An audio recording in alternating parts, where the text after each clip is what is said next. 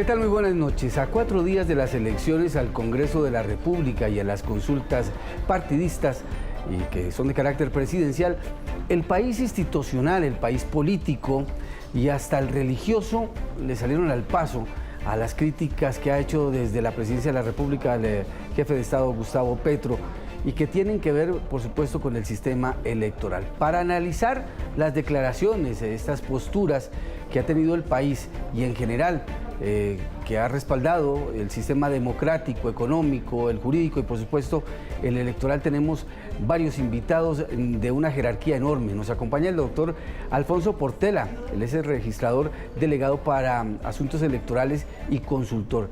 Alfonso, ¿qué tal? Muy buenas noches, bienvenido. Carlos, buenas noches, gracias por la invitación. También está con nosotros el catedrático y analista político, el profesor Carlos Arias. Profesor, ¿qué tal? Muy buenas noches. Muy buenas noches, Carlos, ¿cómo está? Buenas noches. Hoy se llevó a cabo la 5ª reunión de la Registraduría, la Procuraduría, la Contraloría, los órganos de control, las fuerzas militares, también estuvo el ministro del Interior, el ministro de Defensa. Se evaluó la situación de orden público, pero también las garantías que tendrá este ejercicio democrático que vivirá Colombia el próximo domingo. Ante ese manto de dudas que se ha tejido en las últimas horas, quiero que escuchemos lo que dijo el Contralor General de la República. Yo considero personalmente, porque pienso que ha sido la labor nuestra como organismos de control, exigirle y solicitarle a la Registraduría Nacional del Estado Civil todas las garantías. Pero si todas las garantías están dadas y si no existe ninguna prueba de irregularidad, la verdad yo considero que lo que se debe presumir no es la mala fe, sino que lo que se tiene que presumir es que aquí se ha hecho un trabajo juicioso, responsable y en ánimos de otorgar el mayor grado de credibilidad. La buena fe. Doctor Arias, ¿qué significa esto de la buena fe en un proceso que, repito, estamos a 4 días de ejercer los colombianos? Varias consideraciones sobre el tema de la buena fe. Específicamente para responder su pregunta, Carlos, el tema de la buena fe significa que el gobierno nacional no solamente debe confiar en los organismos electorales colombianos porque han hecho su trabajo, sino que esa buena fe debería revertirse y básicamente para la audiencia mirar la paja en el ojo ajeno. Y es que es el gobierno nacional que no ha dado las garantías electorales para que hoy, por ejemplo, en más de 160 municipios no se puedan llevar a cabo elecciones. Las circunscripciones especiales para la paz hoy no tienen la posibilidad de tener unas votaciones tranquilas. Increíblemente, y con esto lo dejo para terminar su pregunta, increíblemente, aunque el índice de natalidad en Colombia ha bajado, hoy hay 1.500 cédulas más inscritas en varios municipios del Chocó. Y esto pues se ve en el marco en el que hay grupos armados ilegales en diferentes territorios, además de los que yo ya he mencionado, haciendo constreñimiento del elector, y es el gobierno nacional el encargado no solamente de dar la seguridad, sino que fue el gobierno hoy de Gustavo Petro el encargado de ser, digamos que laxo con la toma de territorios por parte de grupos armados al margen de la ley en el marco de la paz total. El ministro de Defensa, el general Pedro Sánchez, habló sobre la confianza del sistema electoral y de lo que existe que tiene que ver con esto que se llama el código de la fuente, una de las dudas que tiene el presidente Gustavo Petro. Alfonso Portela, ¿qué significa eso del código de fuente? ¿Para qué sirve? ¿Con qué se come? ¿Y por qué es importante para los colombianos? Bueno, yo creo que se han tejido muchas hipótesis frente al tema del código fuente, que tiene, digamos, un determinado software, en este caso el de preconteo, el de digitalización y el de escrutinio. El código fuente, para ponerlo en unos términos bien claros y entendibles, es como el plano de una plataforma, de un software. Entonces, ese es lo que permite saber si efectivamente lo que dice tener y como dice funcionar, efectivamente lo tiene. Y entonces los ingenieros que conocen muy bien las estructuras, pues necesitan ese código fuente para poder establecer si efectivamente lo que dice que hace, efectivamente lo haga. Por eso, repito, lo considero como el núcleo o el plano de un software que, digamos, de alguna manera los técnicos utilizan para poder escudriñar dentro de un software para saber su funcionalidad. Entonces, cómo es que opera, cómo es que se hacen las diferentes operaciones, valga la redundancia, de ese software. Y aquí en este caso, con respecto al preconteo, con respecto a la digitalización y con respecto al escrutinio. Entonces, esa es más o menos la estructura interna de un software y eso es lo que hace el código fuente, permitir escudriñar dentro de ese mismo para saber cómo es que funciona. Y Carlos, me parece curioso que el propio ministro de Defensa, que ha acompañado 5 reuniones con la Procuraduría, con la Contraloría, con la Registraduría, dice, bueno, lo que hemos visto hasta el momento es un código fuente que funciona, un software que funciona. Escuchemos lo que dijo el ministro de Defensa. De parte de la Registraduría ha sido clara en todo el pronunciamiento, en la auditoría que se ha hecho con un ente especializado, independiente desde enero, también la apertura que se le ha dado al código fuente a los partidos, quienes han auditado directamente, también el congelamiento del código hash, que es básicamente una foto de cómo quedó configurado el software desde ayer y se abre nuevamente, se muestra para el día previo a las elecciones para confirmar que no hubo ninguna alteración y se contrasta al finalizar el día. Nosotros somos respetuosos y entendemos la autonomía y los procedimientos que ha hecho la Registraduría, con quien hemos hecho diferentes mesas de trabajo a nivel cibernético para garantizar la seguridad de los colombianos en estas elecciones. Para muchos resulta contradictorio que el ministro piense una cosa, que el presidente diga otra, pero que el jefe de Estado, que con este mismo software, con este mismo proceso, logró ser senador, logró ser presidente de la República, pues se teja un manto de dudas. ¿Qué piensa usted de lo que ha presentado la Registraduría, lo que tiene el Gobierno Nacional y lo que tiene la Registraduría para establecer la transparencia de este proceso, Carlos? Bueno, Carlos también. Varias consideraciones sobre lo que está diciendo. Lo que está sucediendo y esa disonancia de discursos entre lo que dice el ministro de Defensa, lo que dice el presidente, incluso la misma presencia del ministro del Interior, Armando Benedetti, allí, que digamos, en un discurso privado dice algo y en un discurso público dice una cosa diferente, lo que hace es confirmar la estrategia narrativa y discursiva del gobierno, no solamente en este aspecto, sino en muchos otros, y es levantar cortinas de humo frente a su inacción. Como le mencionaba, 160 municipios de las curules de paz están en riesgo. A eso súmele más o menos 40, 50 municipios más, según lo que ha identificado la MOE, quedan más o menos entre 200 y 210 municipios que hoy tienen alertas de riesgo electoral. Hay alerta electoral en el Valle del Cauca, en el Huila, incluso en Bogotá, en las localidades de Bosa y de Mártires. Entonces, yo lo que creo, y para intentar completar su pregunta, lo que creo es que el presidente de la República está generando una cortina de humo y está trasladando la responsabilidad de un riesgo electoral a las entidades electorales que no tienen ningún tipo de vela en este entierro, que han cumplido su labor porque él no ha podido, digamos, brindar la seguridad y porque durante casi 4 años la apuesta fracasada de la paz total le cedió terreno a diferentes grupos al margen de la ley.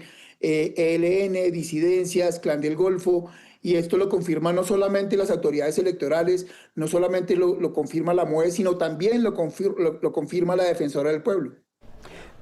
Hablemos de otro tema que llama la atención y es el preconteo. Dijo en su alocución de ayer el jefe de Estado que esta es una situación ilegal. Esta fue la respuesta del registrador nacional del Estado Civil, el doctor Hernán Penagos, a ese cuestionamiento de la ilegalidad del preconteo. El preconteo son herramientas de información que aseguran tranquilidad democrática a la ciudadanía, que permiten agilidad para conocer cuáles son los resultados de cada mesa y que debo decirlo de una vez, existen en todas las naciones democráticas del mundo.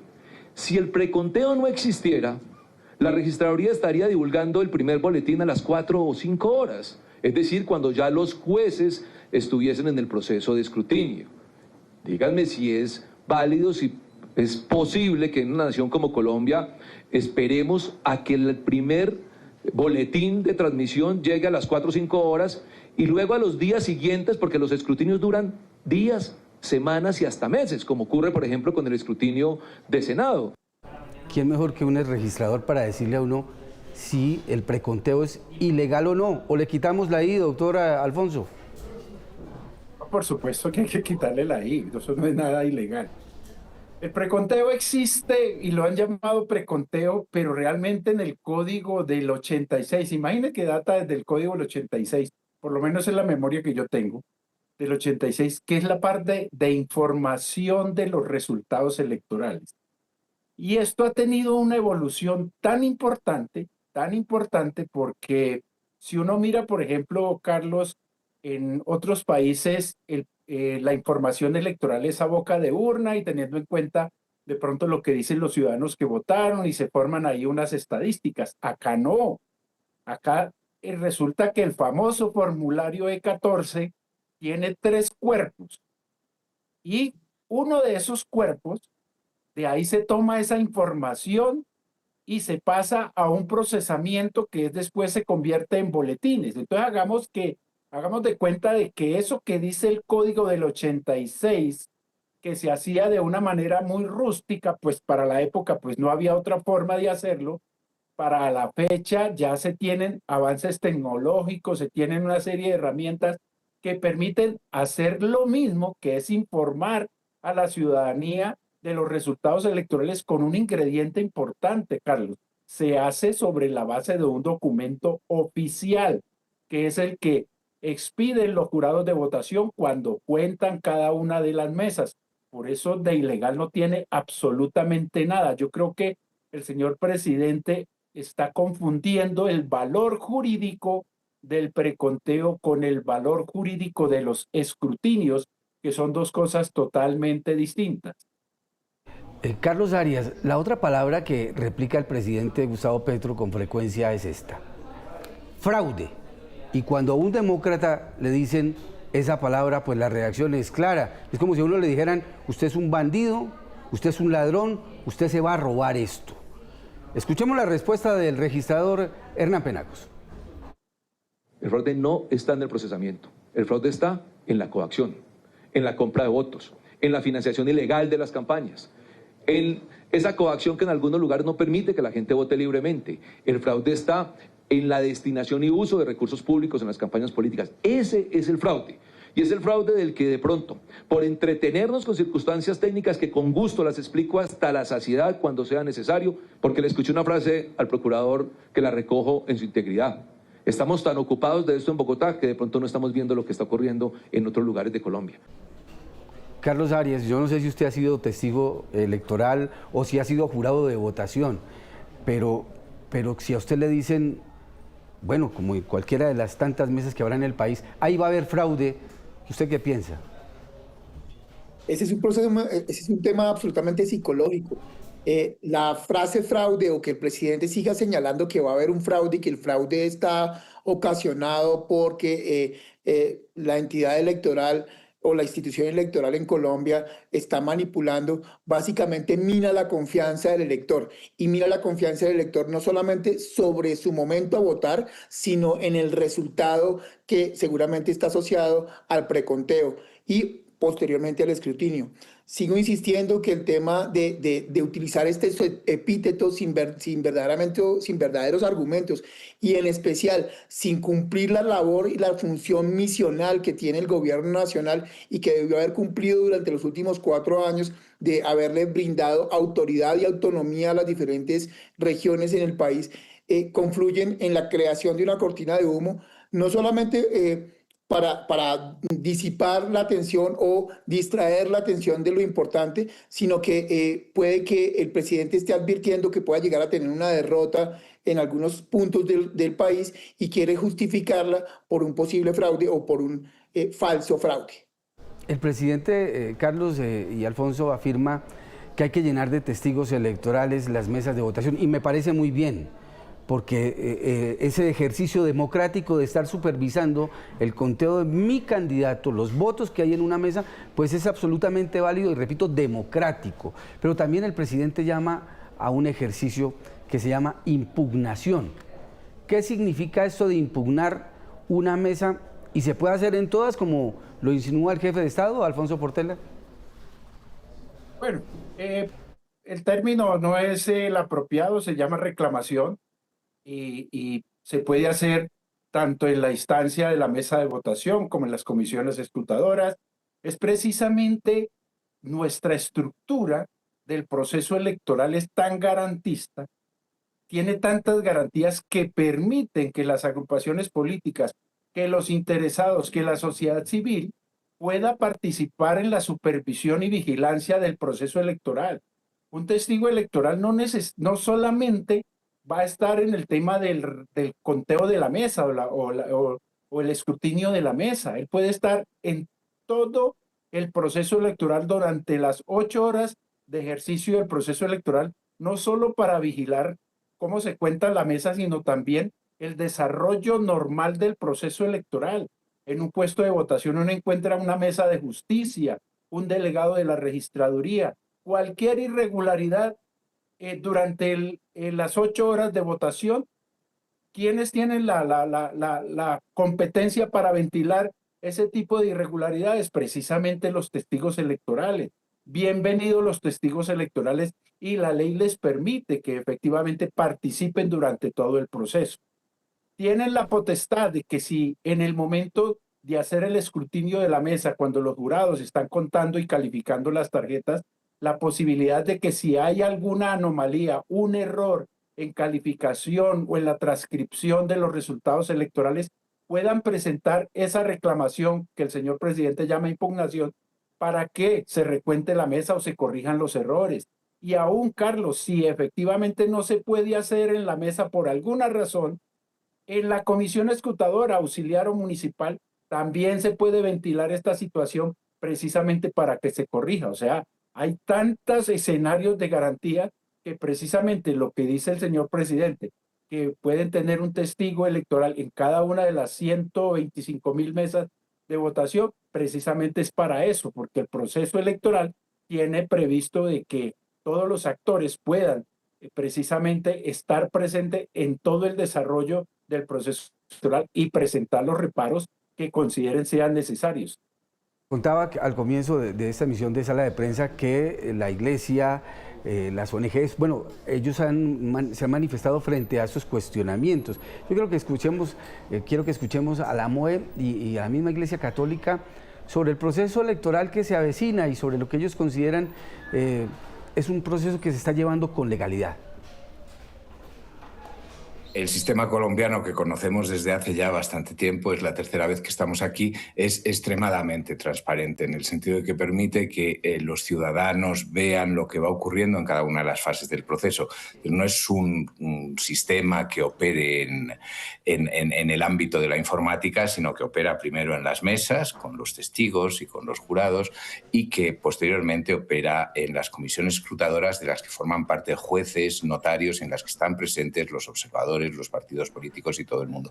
Es además un sistema que publica los documentos. Pensar que per se van a hacer algún tipo de fraude electoral, más de 800,000 jurados de votación en el país, pues sería, yo no sé, el concierto para delinquir más grande que tendríamos. Entonces, allá hay una formación de jurados, son ellos los que cuentan los votos y los que recuentan los votos cuando hay una reclamación. Hay un problema en una mesa, la tarea de un testigo electoral que sea serio es coger y decir, por favor, recuente. Considero que aquí hay un problema, los datos no son claros, no me concuerdan los números, recuente. Un jurado de votación serio le va a recontar los votos, pero si no, queda la anotación y muy seguramente un juez o un notario que es escrutador va a decir, ¿sabe qué? Esa nota viene ahí, hay que recontar. Debemos avanzar muy claramente en asegurar desde todos los niveles, desde todos los ámbitos de la sociedad, el que no existan ni coacciones, ni compra de votos, no existan presiones, que se permita ejercer libremente a la ciudadanía su derecho a la democracia. Carlos, yo quiero que hablemos de otro tema y de otra pata que le nace a la mesa, y tiene que ver con el orden público. El ministro de Defensa ha señalado que hay 47 municipios en el país en donde votar va a ser un reto, porque hay amenazas. Para nadie es un secreto que hay grupos violentos en distintos lugares del país y que seguramente van a querer ejercer algún tipo de presión. ¿Por qué al presidente uno no lo oye hablar de este tema? Lo oye uno hablar de fraude, de engaño, de mentira, pero y el tema público sí es la responsabilidad del gobierno nacional. ¿Por qué no está en boca del jefe de Estado?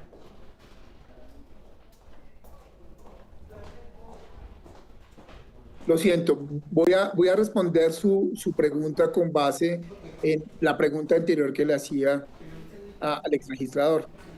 Y es que tenemos un presidente que utiliza el lenguaje y el discurso con mucha ligereza y con dolo, con total intención. Yo no creo que sea un error semántico o un error de conocimiento o ignorancia del contexto político. Creo que lo hace con toda la intención. Y allí es donde entro a responderle. Lastimosamente, el presidente utiliza los micrófonos, utiliza la red social X, utiliza los canales públicos que deberían ser, digamos, buscar la paridad objetiva y la paridad electoral y la paridad política, pero que están dedicados solamente a contar la posición política del presidente y de sus candidatos o los candidatos de su partido político. Y en esto se justifica el por qué lo hace. ¿Por qué lo hace? Porque tiene un interés de legitimar el sistema electoral, a sabiendas de que él no ha logrado cumplir su función constitucional de dar garantías en este proceso y porque, como le mencionaba en otras respuestas, pues ha sido permisivo con grupos armados al margen de la ley que hoy están ocupando los territorios. Y una pequeña claridad, o más que claridad, aportarle a su pregunta. No solamente es la iglesia, no solamente es la sociedad civil, no solamente es los organismos electorales del país, sino incluso los organismos internacionales. La Oficina del Alto Comisionado para las Naciones Unidas ha dicho que hoy hay garantías por parte de las entidades electorales, pero que no hay garantías de ejercer el voto porque hay presencia de actores armados ilegales en los diferentes territorios. Y la última observación, no son 40 municipios. Acabo de confirmarlo mientras que estábamos conversando, la MOE ha establecido 210 municipios hoy que tienen riesgo electoral. Bueno, pero como usted me da el beneficio de la duda, don Carlos, escuche al ministro de Defensa sobre los que él dice 41 municipios. Las zonas priorizadas se ubican en varios departamentos. El departamento donde más enfoque estamos teniendo es en Antioquia, donde hemos ubicado 14 puntos allá. En Cauca, 5 puntos. En norte de Santander, 4 puntos, que ellos representan prácticamente la mitad de los puntos priorizados de los 47 que nosotros focalizamos. Alfonso Portela, a usted le tocó la época en donde decían los colombianos que las FARC ponían los presidentes, ponían los congresistas, porque manejaban las elecciones de acuerdo a su grado de presencia. ¿Usted cómo ve esta situación hoy? Teniendo ya solo 4 días el proceso electoral y sabiendo, como todos sabemos, que hay presencia fuerte de grupos armados que ejercen presión sobre los votantes. Es muy complejo de todas maneras para los habitantes y los electores de esos municipios, pero yo voy a hacer una consideración que valdría la pena que sea evaluada por las autoridades electorales y las autoridades judiciales, que en aquellos lugares donde ese constreñimiento sea marcado y los resultados electorales se vean que están debidamente direccionados hacia una opción política, deberían buscarse los mecanismos para que se realizaran o se repitieran esos comicios en los diferentes lugares y que toda la fuerza pública se haga presencia en esa fecha particular para poder permitir que los ciudadanos voten libremente. ¿Por qué? Porque es que si miramos esos números pueden tranquilamente inclinar la balanza hacia una u otra opción. Como decía el doctor Arias, esa preocupación de la zona CITREP no es una situación nueva y debería revisarse. ¿Por qué? Porque siendo el último periodo constitucional de 16 curules que tienen un significado importantísimo en el Congreso, pues buscar la posibilidad de que si efectivamente los ciudadanos no pudieron ejercer libremente ese derecho al voto, no tiene ningún sentido contabilizar un voto constreñido, un voto direccionado. Entonces, ya ha ocurrido en otros procesos. Históricamente hemos tenido situaciones, especialmente en Guaviare, en Guainía, en diferentes territorios donde esa situación es bien particular y donde una Cámara de Representantes se define por 40 o 50 votos. Entonces, tener muy presente estas situaciones y si efectivamente en esos lugares no se pudo votar libremente, no existe ningún impedimento para que esos sectores repitan su votación o puedan hacerlo libremente y tener esos números como corresponden, que es el voto libre. Entonces, Carlos, históricamente han habido situaciones complicadas. Yo tuve la oportunidad de estar como registrador encargado de elecciones para el año 98 y tuvimos una situación de orden público muy compleja, superior a la que se está viviendo, más sin embargo, las autoridades pusieron todo su trabajo, todo su despliegue, todos sus operativos precisamente para poder garantizar el debate electoral. Aquí no puede ser distinto. Entonces, hay que buscar alternativas para que los ciudadanos ejerzan libremente ese derecho al voto y no entrar, repito, a contabilizar unos votos contaminados de presión, contaminados de fuerza, y más bien, si hay que repetir algunos lugares, pues que se repitan. Mi papá me decía, mijo, cuando uno no vota, pues no puede exigir, porque es un derecho, porque es la forma en que los colombianos y los ciudadanos ejercemos la democracia. Esa pregunta final para los dos, empiezo por el doctor Carlos Arias. ¿Por qué es importante participar electoralmente en estas elecciones del próximo domingo y cuál es su invitación? Es necesario, es urgente y es obligatorio participar porque estas elecciones, en especial estas elecciones, le podrían cambiar el rumbo a la estructura social colombiana, a la ejecución de políticas públicas en torno no solamente a escenarios de corto plazo, sino de largo plazo, y de esa, digamos, de esa dinámica que nos representa garantía de derechos, pero también garantía de libre empresa, por ejemplo. Y mi invitación a los votantes es no solamente a votar, sino a animar a la gente de su entorno, de su primer entorno familiar, su primer entorno social, a votar. Y en ese sentido, el último llamado es a votar y a hablar de política en la mesa y en la casa. De rasgos de cultura política, las sociedades más democratizadas, las sociedades con mayor cultura política son aquellas en donde este tipo de conversaciones se llevan a los niveles más íntimos y a los primeros niveles de persuasión, que son los entornos sociales. Muchas gracias, doctor Arias. Ahora el turno para el exregistrador, el doctor Portela. Carlos, participar es la manera de fortalecer la democracia. Y necesitamos participar, elegir a nuestros representantes en el Congreso de la República, a los candidatos a la presidencia, en las diferentes consultas, porque esa es la forma de demostrar que nuestra democracia es sólida, no simplemente quedándose en la casa y viendo que otros decidan por nosotros. Hay que participar y hay que llenar esas urnas de votos libres y espontáneos.